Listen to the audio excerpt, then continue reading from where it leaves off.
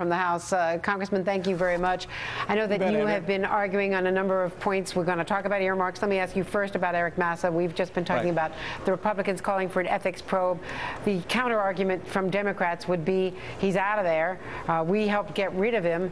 Why open an ethics investigation or keep it open or reopen it now? Aren't you just harassing the Democratic leadership?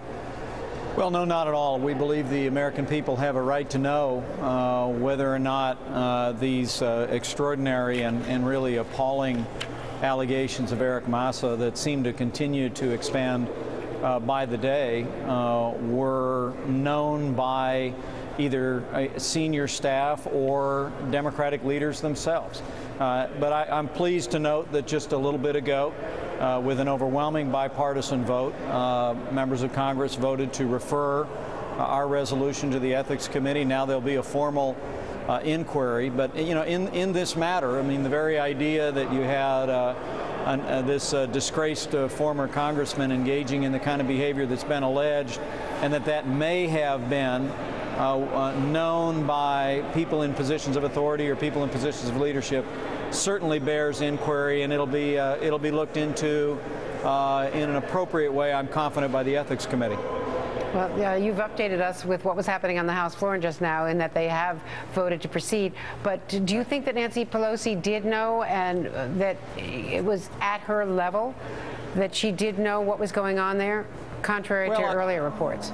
Well, Andrea, I don't know, but I know the American people have a right to know whether the Speaker of the House or any other member of leadership was aware of allegations that Eric Massa was involved in sexual harassment of subordinates or worse. I truly believe that these are serious matters. Look, he's a disgraced individual. He's out of Congress.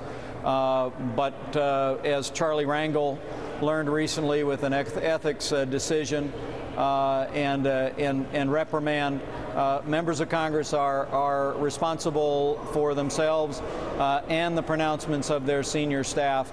And as we continue to receive these news reports that at least members of Democratic leadership staff were aware of his outlandish behavior and potential sexual harassment, I think we need to look into it further on behalf of the American people.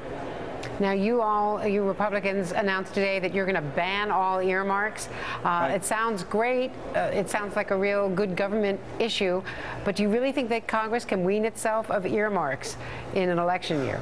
Well, look, I do. Look, federal spending's out of control, and earmarks have become emblematic of everything that's wrong with spending in Washington, D.C. And today, after a thorough debate at a special meeting of the House Republican Caucus, our members voted for a unilateral moratorium on any earmark requests in any bills for the balance of this Congress. We think it's important that the Congress make a clean break from the spending excesses, frankly, by members of both political parties in the past, and that we send a deafening message to the American people that at least House Republicans are ready to change the way we spend the people's money. And that begins by going cold turkey on earmarks this year and beginning the process of taking a case to the American people for restoring fiscal discipline, transparency, accountability to the National Treasury.